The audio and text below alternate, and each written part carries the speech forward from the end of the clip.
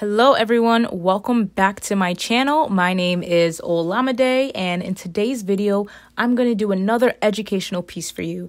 This is going to be the story of Miss Henrietta Lacks. Before I get started, you know what to do. Give this video a thumbs up, and if you haven't already, subscribe to my channel. Let's get started.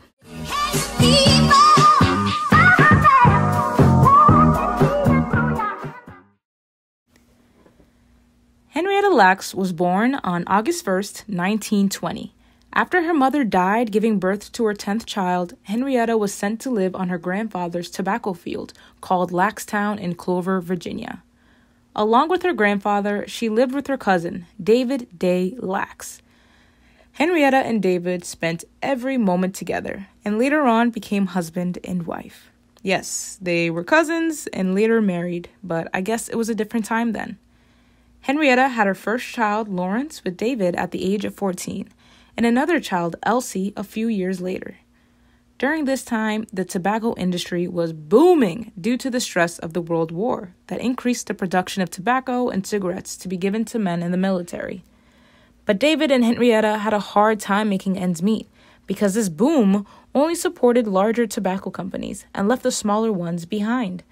Similarly to the effect that larger healthcare corporations have on small private practices or pharmacies. This is when Henrietta and David decided to make the move to Baltimore, Maryland. The steel mill industry at Turner Station was transforming and were looking to hire more African American workers. This was an opportunity they didn't want to pass because it was paying 80 cents per hour, which is equivalent to around $15 per hour today. David went ahead to Baltimore first to get things settled up for the family, and shortly after, Henrietta, at the age of 21, packed up her bags and brought her 2 kids to begin their new life in Baltimore. But Henrietta would frequently go back to Lackstown to maintain the tobacco fields. In 1951, after having her 5th child, Henrietta went to Johns Hopkins Hospital in Baltimore after discovering what she described as a knot in her womb. Her doctors took a biopsy for testing, but also took a biopsy of her tissue cells to be given to Dr. George Guy. During this time, Dr. Guy was in search of finding the world's first immortal cell line, meaning a cell that could stay alive outside of the body. Most of the cell cultures he had rarely survived past 24 hours. But in order to increase his chances of finding a cell line that worked, Dr. Guy and Henrietta's doctor, Dr. Tillind, made an agreement for Dr. Guy to use tissue samples from Dr. Tillind's OB-GYN patients. Back to Henrietta, but obviously this becomes an important part of the story. Henrietta was diagnosed with a malignant cervical tumor and had to get treatment. The standard of treatment for cervical cancers were much different then. They basically sewed pouches of radium into her vagina because radium was known to kill cells. The treatment seemed to work because the cancer was no longer visible to the eye, and the doctors told her that it was gone. The doctors continued her on radiation treatment each week, but the radiation left her entire abdomen to pelvic area charred black and made her infertile. She continued to feel weak and express her pain and discomfort, but the doctors continued to note that she was fine and to come back for a month for follow-up. In one of her last pleas, the doctors gave her a scan which showed cancers growing on all major organs of her body. After seeing how aggressive the cancer had spread, her doctors labeled her as inoperable and terminally ill. Henrietta died on October 4th, 1951. At the age of 31, leaving behind her husband David and 5 kids, Lawrence, Elsie, Sonny, Joe, and Deborah. Now, do you remember the cervical cells that were taken from her earlier? Well, these cells were cultured in a medium. A medium is a liquid or gel that contains an environment for cells to grow.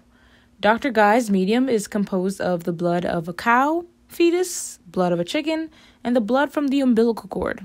Gross. Yes, a strange mixture indeed. Next time you give birth, make sure to ask your doctors what they do with your umbilical cord because you may be surprised by their answer. Once Henrietta's cancerous cells were put on this medium and stored away, they grew exponentially, like nothing Dr. Guy and his assistants had ever seen before. Henrietta's cancerous cells grew 20 times faster than her normal cells. The doctors took another biopsy during Henrietta's radiation treatment to see if it would grow the same way, but due to the contaminants and the toxins that her body went through, those cells died almost immediately. Henrietta's cervical cell, known as HeLa cells, almost immediately started to make a big impact. Henrietta died in 1951, and by the end of 1952, just 1 year later, a HeLa cells factory was built at the Tuskegee Institute to help create a polio vaccine. Henrietta's family did not find out about HeLa cells until the 1970s, about 25 years after she had passed, when a group of scientists wanted to collect samples from the family to understand more about her cell line. In this 25-year time span, many medical breakthroughs were being created with the use of HeLa cells. We created a vaccine for polio. The field of virology was launched because scientists could finally understand how viruses enter cells and reproduce. HeLa cells also launched the field of in vitro fertilization, identifying and understanding chromosomal disorders, gene mapping. Her cells experienced nuclear bombs, deep sea dives, and even space flight. Without Henrietta's cells, we may not have been able to create a vaccine for COVID-19. And the list goes on. Next time you go to the doctors, get lab work, take medicine, or get a vaccine, take a moment to thank Miss Henrietta Lacks and her family for what they had to go through for our benefit. Unfortunately, her family remained largely in the dark about these discoveries, even after being informed 25 years later. Even though HeLa cells became a multi-billion-dollar industry, the Lacks family largely lived in poverty during this time, while many aspects of the healthcare field were being built off Henrietta. Henrietta's grandson, Ron Lacks, recently wrote a book called The Untold Story that does a deeper dive into how HeLa cells have nearly destroyed their family. I highly recommend giving it a read. And if you want to learn more about Henrietta's life and the breakthrough that came from it, make sure to read The Immortal Life of Henrietta Lacks by Rebecca Skloot. If you enjoyed this video, make sure to give it a thumbs up and subscribe to my channel. Who do you want to hear about next? Leave a comment down below. See you guys next time. Goodbye.